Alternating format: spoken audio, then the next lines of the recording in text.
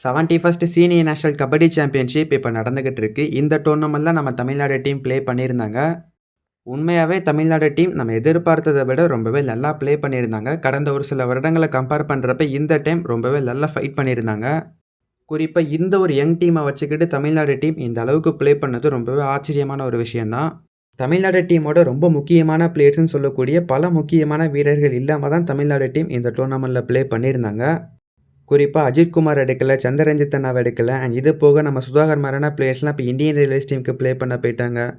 மாசனமுத்துக்கும் இப்போ இன்ஜுரி இருக்குது. ஸோ இப்படி முக்கியமான ரைடர்ஸ் இல்லாமல் தான் தமிழ்நாடு டீம் இந்த டோர்னமெண்ட்டில் ப்ளே பண்ணியிருந்தாங்க. நிறையவே யங்ஸ்டர்ஸை வச்சு தான் மேனேஜ் பண்ண வேண்டியது இருந்தது. தமிழ்நாடு டீமுக்கு இந்த டோர்னமெண்ட்டில் முக்கியமான ரைடர்ஸாக இருந்தது ஜெயசூர்யா, அல்லூர் சதீஷ் அண்ட் தனசேகரன் மாதிரியான பிளேயர்ஸ் தான் ப்ளே பண்ணியிருந்தாங்க. அண்ட் டிஃபென்ஸ்லேயும் பல முக்கியமான பிளேயர்ஸை இந்த டைம் அவங்க மிஸ் பண்ணாங்க. அதாவது நம்ம அபிஷேக் மாதிரியான பிளேயர்ஸை எடுக்கலை, சச்சின் சந்திரசேகர், விஸ்வந்த் மாதிரியான பிளேயர்ஸையும் அவங்க எடுக்கலை. அண்ட் இது போக இப்போ ப்ரோ கபடியோட one of the best cover பிளேயர்னு சொல்லக்கூடிய நம்ம அபினேஷ் நட்ராஜன் அண்ணா அவருமே இப்போ இந்தியன் ரயில்வேஸ் டீமுக்கு போயிட்டாரு. அண்ட் இது போக நம்ம தியாகராஜன் யுவராஜன் அண்ணா அவருமே இந்தியன் ரயில்வேஸ் டீமில் இருக்கார். ஸோ இப்படி நிறையவே முக்கியமான பிளேயர்ஸ்லாம் இல்லாமல் நம்ம கிட்ட இருக்கிற யங்ஸ்டர்ஸை வச்சு தமிழ்நாடு டீம் இங்கே இப்படி ப்ளே பண்ணது எல்லாமே உண்மையாகவே வெறித்தனமான விஷயம். ஏன்னா நம்ம டீம் அடித்து அடி இருக்குது. 2 டீமும் சும்மா பொழந்து எடுத்தாங்க. இப்போ ரீசெண்டாக இந்த ஜனவரி மாதத்தில் நேஷ்னல் கேம்ஸ் நடந்தது. ஸோ இந்த நேஷ்னல் கேம்ஸோட சாம்பியன்ஸான உத்தரப்பிரதேஷ் டீமை தமிழ்நாடு டீம் வச்சு செஞ்சுருந்தாங்க. இத்தனைக்கும் உத்தரப்பிரதேஷ் டீம் ரொம்ப ரொம்ப ஸ்ட்ராங்கான ஒரு டீம். நான் முன்னாடியே சொன்ன மாதிரி நேஷ்னல் கேம்ஸில் அவங்க தான் சாம்பியன்ஸ். அந்த நேஷ்னல் கேம்ஸில் ஒட்டு மொத்தமாக 8 டீம்ஸ் ப்ளே பண்ணாங்க. இந்த 8 டீமுமே ரொம்ப முக்கியமான டீம் தான். அதாவது இதுக்கு முன்னாடி நடந்த நேஷ்னல் கேம்ஸில் டாப் 8ல் குவாலிஃபையரான டீம்ஸ் தான் அவங்க. அதுலேயுமே ஹரியானா இருந்தாங்க, மகாராஷ்டிரா இருந்தாங்க, சர்வீசஸ் இருந்தாங்க, சண்டிகர் இருந்தாங்க. இப்படி முக்கியமான டீம்ஸ்லாம் இருந்தாங்க. பட் எல்லாத்தையுமே தோக்கடிச்சிட்டு சாம்பியன்ஸ் ஆனது இந்த உத்தரப்பிரதேஷ் டீம் தான். அதே சமயம் உத்தரப்பிரதேஷ் டீமில் பயங்கரமான பிளேயர்ஸ்லாம் இருந்தாங்க. இப்போ கபடியோட ஒன் ஆஃப் த பெஸ்ட் ரைடர்னு சொல்லக்கூடிய நம்ம அர்ஜுன் தேஷ்வால் அந்த டீமில் தான் இருக்கார். அண்ட் ப்ரோ கபடி சீசன் 11ஓட சாம்பியன்ஸான நம்ம ஹரியானா டீமோட பிரைமரி ரைடரான வினய் அந்த டீமில் தான் இருந்தார். அண்ட் நம்ம ரைன் மிஷின் ராகுல் சௌத்ரி அவருமே அந்த டீமில் தான் இருந்தார். அண்ட் இது போக டிஃபென்ஸ்லேயுமே சாகுல் குமார் மாதிரியான முக்கியமான பிளேயர்ஸ் எல்லாம் உத்தரப்பிரதேஷ் டீம் வச்சுருந்தாங்க. ஸோ இப்படிப்பட்ட ஒரு பயங்கரமான டீமாக தான் லீக் ஸ்டேஜில் நம்ம தமிழ்நாடு டீம் ஃபேஸ் பண்ணாங்க. பட் அந்த மேட்ச்சில் சும்மா வெறித்தனமாக ப்ளே பண்ணியிருந்தாங்க. ஆரம்பத்தில் ஜெயசூர்யா ரொம்பவே நல்லா ப்ளே பண்ணிகிட்டு இருந்தார். பட் அன்ஃபார்ச்சுனேட்லி அவருக்கு அந்த மேட்ச்சில் ஒரு இன்ஜுரி ஏற்பட்டிருந்தது. ஸோ அதனால் அதுக்கப்புறம் செகண்ட் ஹாஃப்லலாம் அவரை கண்டினியூ பண்ண முடியலை. மேபி அவர் இருந்திருந்தாருன்னா கண்டிப்பாக அந்த மேட்சை தமிழ்நாடு டீம் வின் பண்ணியிருப்பாங்க. அதுக்கப்புறம் செகண்ட் ஹாஃபில் அல்லூர் சதீஷ் மாதிரியான பிளேயர்ஸ்லாம் வந்து ஓரளவுக்கு டீமை காப்பாற்றினாங்க. ரைடிங் நல்லா பண்ணியிருந்தாங்க. டிஃபென்ஸுமே ரொம்ப நல்லா கான்ட்ரிபியூட் பண்ணியிருந்தாங்க. குறிப்பாக நம்ம டீமோட கார்னர் பிளேயர்ஸ் 2 பேருமே ஓரளவுக்கு நல்லா ப்ளே பண்ணியிருந்தாங்க. அர்ஜுன் தேஷ்வால் மாதிரியான பிளேயர்ஸ்லாம் அசால்ட்டாக பிடிச்சி உட்கார வச்சாங்க. பட் எப்போதுமே இந்த தமிழ்நாடு டீமுன்னு வந்துட்டு அந்த அம்பையருக்கு என்ன ஆகுதுன்னு தெரியல. இந்த மேட்ச்லேயுமே இந்த அம்பையர் பஞ்சாயத்து அப்படிங்கிறது ஒரு பெரிய பஞ்சாயத்தாக மாறிச்சு. மேட்ச் கிட்டத்தட்ட 2 டீமுமே ஈக்குவலாக போயிட்டு இருந்தாங்க. தமிழ்நாடு டீம் அப்போ ஒரு பாயிண்ட் கிட்ட மேலே இருந்தாங்க. அப்போ நம்ம அல்லூர் சதீஷ் செல்ஃப் அவுட்டே ஆகலை. பட் செல்ஃப் அவுட்டுன்னு சொல்லிட்டு பாயிண்ட்டை உத்தரப்பிரதேஷ் டீம் கிட்ட கொடுத்துட்டாங்க ஈச் ஒன்னு சொல்லிட்டு. ஸோ அந்த ஈச் 1 பாயிண்ட் வரலன்னா மேபி தமிழ்நாடு டீம் இந்த மேட்சை வின் பண்ணியிருப்பாங்க. பட் அது நான் தான் தப்பாக பார்த்தேனா இல்லை உண்மையாகவே அவர் அவுட் ஆகலையா அப்படிங்கிறது எனக்கு தெரியலை சரியா. பட் அதை பார்க்குறப்ப அவுட்டு மாதிரியே ஒன்றும் தெரியலை, வேணும்னே கொடுத்த மாதிரி தான் இருந்துச்சு. அதுக்கப்புறம் மேட்ச்சில் 2 டீமுமே ஈக்குவலான பாயிண்ட்ஸில் இருந்தாங்க. 44-44 இருந்துச்சு. அந்த சமயத்தில் நம்ம சும்மா இருந்தால் கூட அந்த மேட்ச் ட்ராவாக இருக்கும். பட் நம்ம டீமோட லெஃப்ட் கார்னர் பிளேயர் நான் ஒரு பாயிண்ட் எடுத்து நம்ம டீமை வின் பண்ண வைக்கிறேன் பாருடா அப்படிங்கிற மாதிரி ஒரு டேக்கிள் ஒன்று பண்ணி அட்வான்ஸ் டேக்கிளாக மாறி அந்த பாயிண்ட்டை உத்தரப்பிரதேஷ் டீமுக்கு விட்டு கொடுத்து அந்த மேட்சையுமே வின் பண்ண வச்சுருப்பாங்க. இந்த மேட்ச் உண்மையாகவே பயங்கர க்ளோஸாக போச்சு. தமிழ்நாடு டீம் ரொம்பவே நல்லா ப்ளே பண்ணியிருந்தாங்க. வின் பண்ண வேண்டிய ஒரு மேட்ச். பட் ஜெயசூர்யா அந்த மேட்ச்சில் கிடையாது. மேபி செகண்ட் ஹாஃப்லலாம் அவர் கண்டினியூ பண்ணியிருந்தாருன்னா இந்த மேட்சை வின் பண்ணியிருப்பாங்க. அண்ட் அதே மாதிரி ஒரு சில டிசிஷன் நமக்கு சாதகமாக வரலை. அம்பையர்ஸ் கொஞ்சம் கோளாறு பண்ணாங்க. அண்ட் இது போக நம்ம டீமுமே இந்த ப்ரெஷரில் ஒரு சில மிஸ்டேக்கை பண்ணிட்டு தான் இருந்தாங்க. இவங்களுமே யங்ஸ்டர் தான், நம்ம பெருசாக ஒன்றும் சொல்ல முடியாது. அண்ட் கோச் சைடில் இருந்தமே சப்ஜெக்டிஷன்லாம் கொஞ்சம் மோசமாக இருந்துச்சு. பட் என்ன தான் தமிழ்நாடு டீம் அந்த மேட்சை தோற்றுருந்தாலுமே இதுக்கு முன்னாடி நடந்த மேட்ச், அதாவது பாண்டிச்சேரி மேட்சை தமிழ்நாடு டீம் ஒன் சைடடாக வின் பண்ணியிருந்தாங்க. அண்ட் இதற்கப்புறம் அஸ்ஸாம் கூட ஒரு மேட்ச் ப்ளே பண்ண வேண்டியது இருந்தது. பட் அந்த மேட்ச் நடக்கலை. ஸோ இதனால் தமிழ்நாடு டீம் டேரெக்டாக ப்ரீ குவார்ட்டர் ஃபைனலுக்கு குவாலிஃபை ஆகிட்டாங்க. ப்ரீ குவார்ட்டர் ஃபைனலில் நம்ம தமிழ்நாடு டீம் ஹரியானா டீமுக்கு அகேன்ஸ்டாக ப்ளே பண்ணியிருந்தாங்க. இந்த மேட்சை வின் பண்ணியிருந்தாங்கன்னா குவார்ட்டர் ஃபைனலுக்கு குவாலிஃபை இருப்பாங்க தமிழ்நாடு டீம். பட் அன்ஃபார்ச்சுனேட்லி இந்த மேட்சையுமே தோத்தாச்சு. ஹரியானா டீமுமே ரொம்ப பெரிய டீம் தான். நம்ம முன்னாடி பார்த்தா உத்தரப்பிரதேஷ் டீமாவது அந்த நேஷ்னல் கேம்ஸை தான் வின் பண்ணிட்டு வந்திருப்பாங்க. அந்த நேஷ்னல் கேம்ஸை விட ரொம்ப பெரிய டோர்னமெண்ட்னா அது கண்டிப்பாக அந்த சீனியர் நேஷனல் தான். நேஷனல் கேம்ஸில் ஒரு சில முக்கியமான டீம்ஸ்லாம் ப்ளே பண்ண மாட்டாங்க. பட் இந்த சீனியர் நேஷனலில் எல்லா டீம்ஸுமே இருப்பாங்க. இந்தியன் ரயில்வேஸும் இதில் இருப்பாங்க. பட் இப்படிப்பட்ட இந்த 71st சீனியர் நேஷனலோட டிஃபெண்டிங் சாம்பியன்ஸ் யாருன்னா இந்த ஹரியானா டீம் தான். அதாவது போன வருஷம் நடந்த சீனியர் நேஷனலில் வின் பண்ணது இந்த ஹரியானா டீம் தான். ஸோ லாஸ்ட் இயர் சாம்பியன்ஸுக்கு அகேன்ஸ்டாக தான் தமிழ்நாடு டீம் இந்த ப்ரீ குவார்ட்டர் ஃபைனலில் ப்ளே பண்ணியிருந்தாங்க. அண்ட் இந்த மேட்சோட ஃபர்ஸ்ட் ஆஃப் அப்படியே ஒன் சைடட் மேட்சாக தான் இருந்துச்சு. இந்த மேட்சோட ஃபர்ஸ்ட் ஆஃபை பார்க்குறப்ப தமிழ்நாடு டீம் எப்படியும் 20 பாயிண்ட்லேருந்து 30 பாயிண்ட் டிஃப்ரென்ஸில் தோற்றுருவாங்களோன்னு சொல்லிட்டு வைத்தறிச்சலோட தான் எல்லாருமே பார்த்துக்கிட்டு இருந்தோம். ஏன்னா அந்த அளவுக்கு தமிழ்நாடு டீம் ரொம்பவே மோசமாக ப்ளே பண்ணிட்டு இருந்தாங்க. தமிழ்நாடு டீமுக்கு இந்த மேட்சோட ஃபர்ஸ்ட் ஆஃபில் ரைடிங்கும் எடுப்படலை அண்ட் டிஃபெண்டிங்கும் எடுப்படலை. ரெண்டு பக்கமும் எக்கச்சக்கமான மிஸ்டேக் வந்துக்கிட்டே இருந்தது. டிஃபென்ஸில் பாயிண்ட்ஸை வாரி வழங்கிட்டு இருந்தாங்க தமிழ்நாடு டீம். குறிப்பாக டிஃபென்ஸில் பாயிண்ட்ஸை கொடுத்தாலே நாங்கள் 2லேருந்து 3 பாயிண்ட்க்கு மேலே தான் கொடுப்போம்னு சொல்லிட்டு மல்டிபிள் பாயிண்ட்ஸை வாரி வழங்கிட்டு இருந்தாங்க ஆஷு மாலிக்குக்கும் மோஹித் கோயத்துக்கும். மேட்ச் ப்ரெஷரில் தமிழ்நாடு டீம் எக்கச்சக்கமான மிஸ்டேக்கை பண்ண ஆரம்பித்தாங்க. அதுதான் இந்த மேட்ச்சில் ரொம்ப பெரிய லீடுக்கு கொண்டு போச்சு. ஆரம்பத்தில் தமிழ்நாடு டீம் 5 பாயிண்ட் இருக்கிறப்ப அவங்க 10 பாயிண்ட் போனாங்க. அதுக்கப்புறம் தமிழ்நாடு டீம் 8 பாயிண்ட்ஸ் எடுக்கிறதுக்குள்ளே அவங்க 20 பாயிண்ட்ஸ் கிட்டலாம் போயிட்டாங்க. தமிழ்நாடு டீம் அவங்களோட 10வது பாயிண்ட்டை கம்ப்ளீட் பண்ணுறதுக்குள்ளே அவங்க 30 பாயிண்ட்ஸுக்கு மேலே போயிட்டாங்க. 20 பாயிண்ட் லீடெல்லாம் போட்டுட்டு போயிட்டாங்க எங்கேயோ.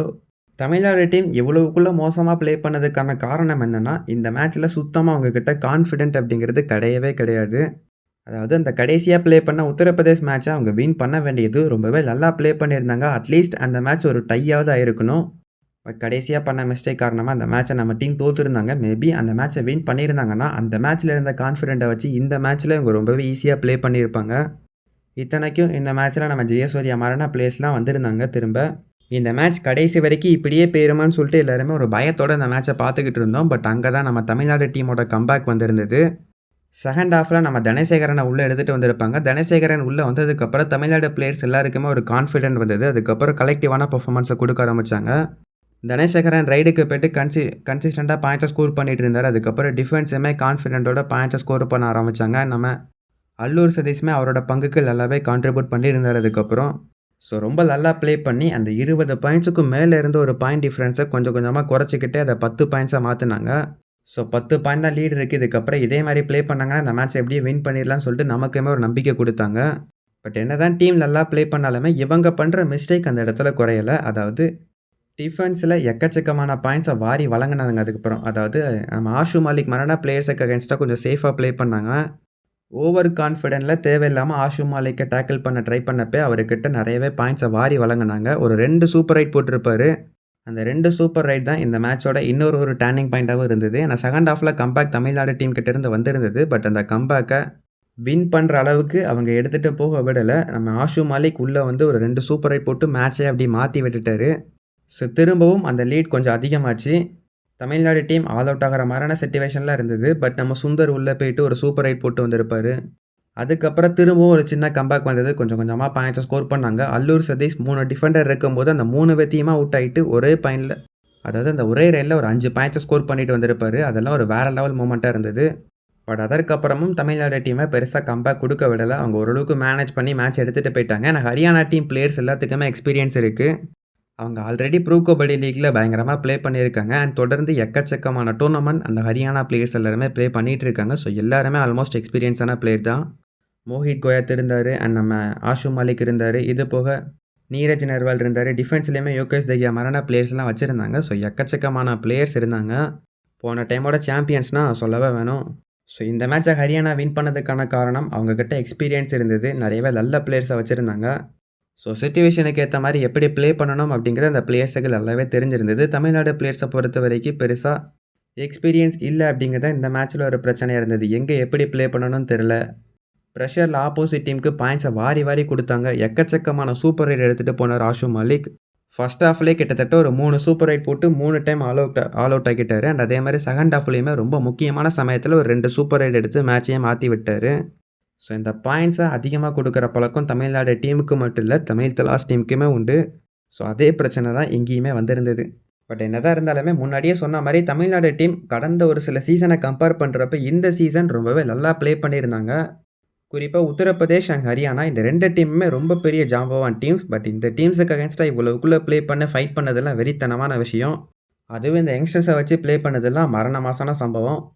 இதுக்கு முன்னாடி சீசன்ஸ்லயாவது நம்ம டீம்ல பெரிய பெரிய பிளேயர்ஸ்ன்னு சொல்றதுக்கு யாராவது இருந்திருப்பாங்க. அதாவது போன சீசன்ல நம்ம அஜித் அண்ணா இருந்தாரு. அதுக்கு முன்னாடி டிஃபென்ஸ்ல பல பிளேயர்ஸ் இருந்தாங்க. அபினேஷ் நட்ராஜன் இருந்தாரு, நம்ம அபிஷேக் இருந்தாரு, விஸ்வந்த் இருந்தாரு. இன்னமும் டிஃபென்ஸ்ல பயங்கரமான ஸ்ட்ராங்கான டீமெல்லாம் அதுக்கு முன்னாடி இருந்துகிட்டு இருந்தாங்க. அதுக்கு முன்னாடி நம்ம ரஞ்சித் அண்ணா இருந்தாரு. இப்படி பல பிளேயர்ஸ் பெரிய பிளேயர்ஸா இருந்தாங்க. பட் இந்த டைம் சொல்லிக்கிற மாரி பெரிய பிளேயர்ஸ்னா யாருமே கிடையாது. இங்க யாருமே ப்ரோ கபடி ஸ்டார்ஸ்லாம் கிடையாது. ப்ரோ கபடியில ப்ளே பண்ண முகிலான் சண்முகம், அல்லூர் சதீஷ், ஜெயசூர்யா மாரியான பிளேயர்ஸ்லாம் இருந்தாங்க. பட் அவங்களும் ப்ரோ கபடியில இவங்கள மாரி எக்ஸ்பீரியன்ஸான பிளேயர்லாம் கிடையாது. இப்போ தான் ஒரு யங்ஸ்டரா ப்ளே பண்ணிட்டு இருக்காங்க. ஸோ இந்த ஒரு யங் டீமை வச்சு ப்ளே பண்ணதெல்லாம் வெறித்தனமான சம்பவம். ஸோ ஓகே, இப்போ நான் அந்த ப்ரீ குவார்ட்டர் ஃபைனல் மேட்ச்சில் நடந்த மற்ற மேட்சஸ் பற்றின அப்டேட்டையுமே நான் கொடுத்துருந்தேன்.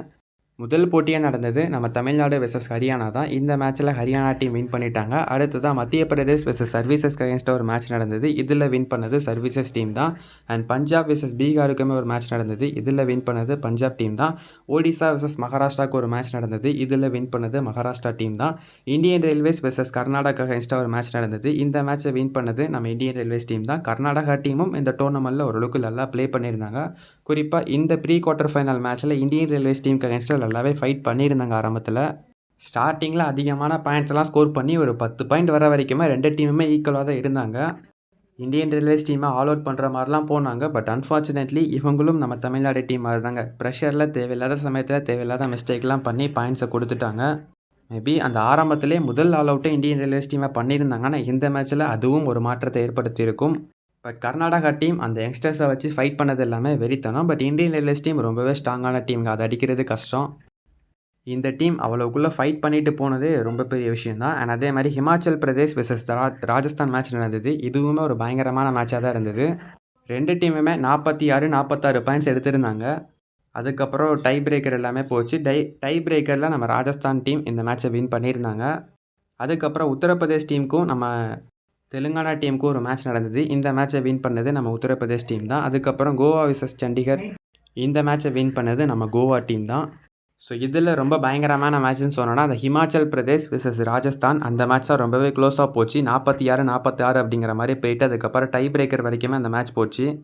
பட் மற்ற மேட்சஸ் எல்லாமே கிட்டத்தட்ட ஒன் சைடட் மேட்ச் மாதிரி தான் போச்சு. இதில் தமிழ்நாடு டீம் ஓரளவுக்கு நல்லாவே ஃபைட் பண்ணி கடைசி வரைக்கும் வந்திருந்தாங்க செகண்ட் ஹாஃப்லலாம். பட் மற்ற டீம்ஸ் எல்லாருமே பயங்கர ஒன் சைடடாக ப்ளே பண்ணிகிட்டு இருந்தாங்க.